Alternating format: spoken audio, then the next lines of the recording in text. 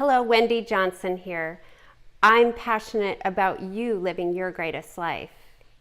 Today I want to share with you 5 tips for creating a clear and well-formed goal.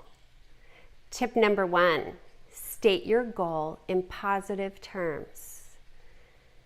For example, I'm choosing to live at my ideal weight of 140 to 144 pounds, rather than stating I'm trying to lose 5 unwanted pounds that I put on this past year. Tip number 2, focus on a goal within your control to achieve it.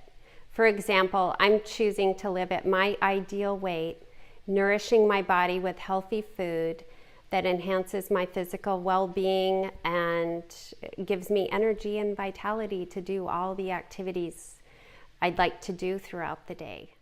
Number 3, choose a goal that is in alignment with your values. For example, I'm choosing to go to the gym 3 days a week, Monday, Wednesday, Friday, on my lunch hour to strength train, rather than after work when I could be spending time with my partner. Number 4, write your goal in present tense. Use the phrases I am or I choose. For example, I choose to live at my ideal weight of 144 pounds. I have that written down. Tip number 5, craft a measurable and testable goal.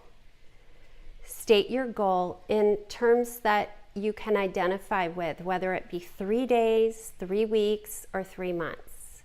For example, I'm choosing to live at my ideal weight of 140 to 144 pounds on May 1st, 2019. That is a 90-day goal I set on February 1st. Most importantly, visualize the end success. Imagine that you've already accomplished it. Notice the positive changes and new behaviors that you have set to achieve your goal. So what is it for you? What area of your life would you like to create a clear and well-formed goal? Is it in your health? Is it in your relationship? Is it in how you use your time? Is it making more money? Or is it in your career, making changes in your career? What is it for you?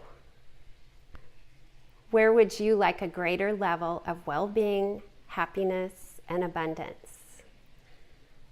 So let's review the 5 tips for creating a clear and well-formed goal. Tip number 1, state your goal in positive terms.